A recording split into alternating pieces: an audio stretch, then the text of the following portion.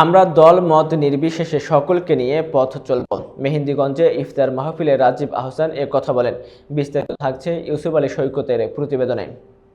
বাংলাদেশ জাতীয়তাবাদী স্বেচ্ছাসেবক দলের সাধারণ সম্পাদক রাজীব আহসান বলেছেন, আমাদের নেতা তারেক রহমান আমাদের স্বপ্ন দেখিয়েছেন। আমাদের স্বপ্ন অনেক বড়। তিনি বলেছেন, স্বপ্ন দেখো এবং সৎভাবে কাজ করো। আমরা তা মেনে কাজ করছি। তিনি আরও বলেন, অবহেলিত হিজলা মেহেন্দিগঞ্জে অনেক কিছু নেই, তবে কাজ করার সুযোগ প্রচুর। আমরা ঐক্যবদ্ধভাবে দলমত নির্বিশেষে সকলকে নিয়ে পথ চলব। তিনি গতকাল রবিবার 23 মার্চ মেহেন্দিগঞ্জ উপজেলা ও পৌর বিএনপির উদ্যোগে আয়োজিত দোয়া ও ইফতার মাহফিলে প্রধান অতিথির বক্তব্যে এসব কথা বলেন।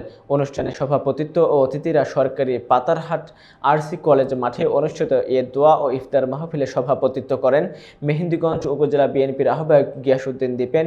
বিশেষ অতিথি হিসেবে উপস্থিত ছিলেন ঢাকা মহানগর দক্ষিণ স্বেচ্ছাসেবক দলের আহ্বায়ক জহিরউদ্দিন তুহিন, বাংলাদেশ স্বেচ্ছাসেবক দলের সহ সভাপতি নেসারউদ্দিন শফি, বরিশাল উত্তর জেলা বিএনপির সদস্য কবির উদ্দিন আফসারী, উপজেলা বিএনপির সদস্য সচিব শিহাব আহমেদ সেলিম, যুগ্ম আহ্বায়ক আসাদুজ্জামান মুক্তা, বরিশাল উত্তর জেলা যুবদলের আহ্বায়ক সালাউদ্দিন পিপলু, পৌর বিএনপির সদস্য সচিব রিয়াজউদ্দিন চৌধুরী দিনু, বরিশাল জেলা স্বেচ্ছাসেবক দলের ভারপ্রাপ্ত আহ্বায়ক নিজামউদ্দিন, সদস্য সচিব কামরুল হাসান, উপজেলা যুবদলের আহ্বায়ক সৈয়দ নাইম ইসলাম তুহিন।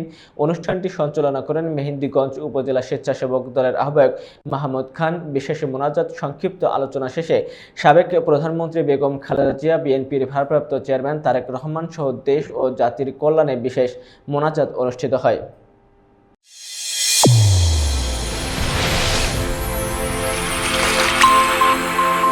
চ্যানেল A1 হৃদয়ের স্পন্দন।